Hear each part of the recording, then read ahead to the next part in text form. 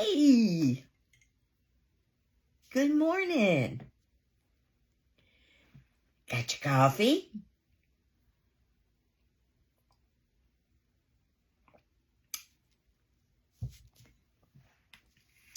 Good to see you this morning. I want to thank you for joining me for Wednesday morning coffee break on this Wednesday morning. It's good to see you. Good to have you. Just a reminder to share our Wednesday morning coffee break with others.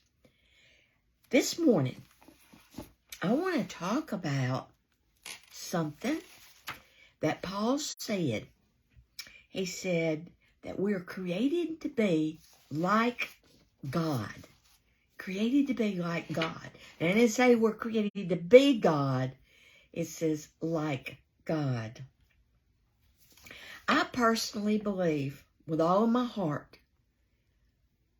that the hardest thing that we have to do as Christians, or at least the hardest thing that I have to do, is to die to myself.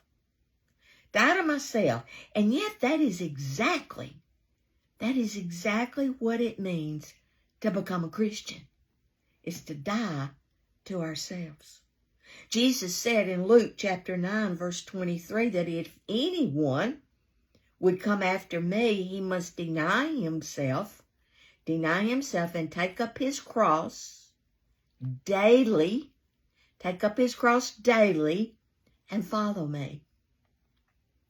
We get into Galatians in chapter 2, verse 20, a familiar verse, where Paul tells us, he says, I have been crucified with Christ.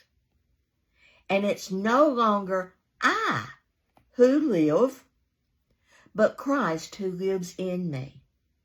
And the life which I now live in the flesh, I live by faith in the Son of God, who loved me and gave himself for me.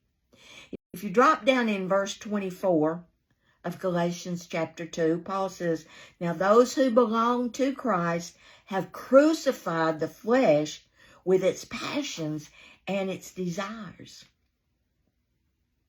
You know, we're all born in the flesh. And the Bible tells us that all have sinned and fallen short of the glory of God. We have a personal desire to want to be in control. Now, I'm going to say that again. We have a personal desire to want to be control. We want to control ourselves. We want to be self-sufficient. We want to make our own decisions that we feel are best. We want to be number one in our lives. And it's really hard for us to say to God, your will be done. Your will be done, and not mine. Paul tells us not to be controlled or conformed by this world, but to be transformed by the renewing of our minds. The renewing of our minds. In Ephesians chapter 4, Paul talks about living for ourselves and doing what the flesh wants us to do. He was talking to the Gentiles, or he was talking and mentioned the Gentiles, and Gentiles here means those that are lost. And he told them, he said, don't live any longer like the Gentiles, those who are lost, for they are hopelessly confused.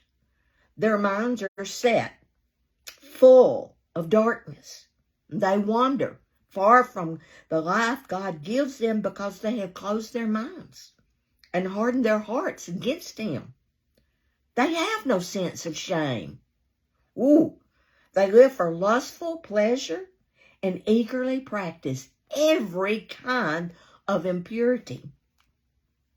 And in verse 20, Paul said, but that's not what you learned about Christ. Since you have heard about Jesus and have learned the truth that comes from him, he says, throw off that old nature and your former way of living. Now watch this. He said that way is corrupt and it's led by lust and deception.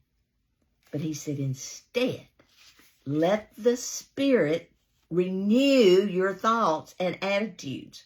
Put on your new nature, created to be like God.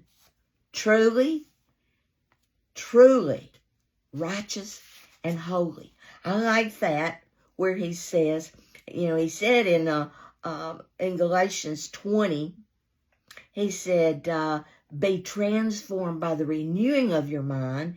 And then here in Ephesians chapter 4, verse 23, he said, instead let the Spirit renew your mind, or renew your thoughts and your attitudes. You know what I got from that? I got that I cannot live as a Christian.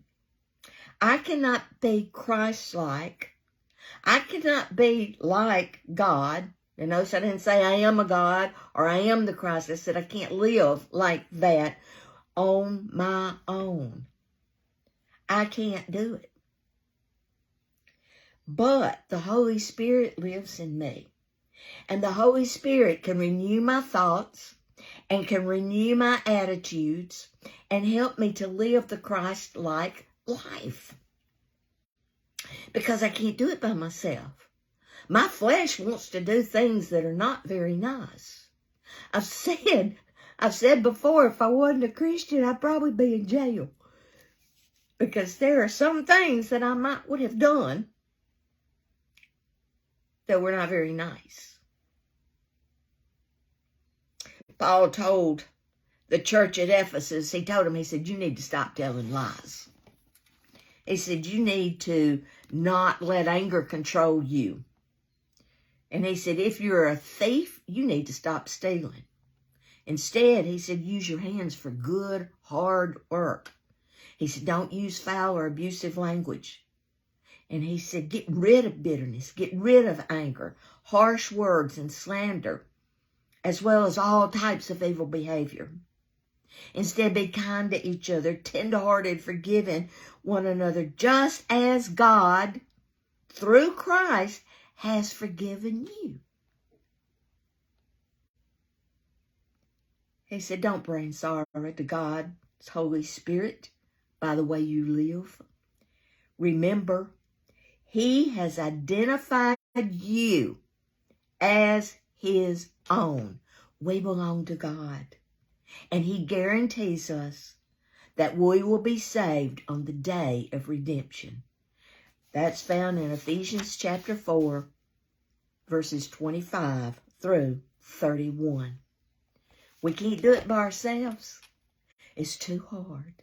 But we can depend on the Holy Spirit to help renew our minds, to help keep our thoughts and our attitudes in check, to be like God, to be created as we are, to be like God, then to live like God. We have the Holy Spirit to help us. Let's draw on the help of the Holy Spirit. When we start having those thoughts, let's say, no, and ask the Holy Spirit to help us and to guide us. Thank you for joining me on Wednesday Morning Coffee Break. Hope you'll be back with me next Wednesday. Hope you guys have a great day. Have a great weekend. Go get you another cup of coffee or a Coke or whatever it is that you have in the morning.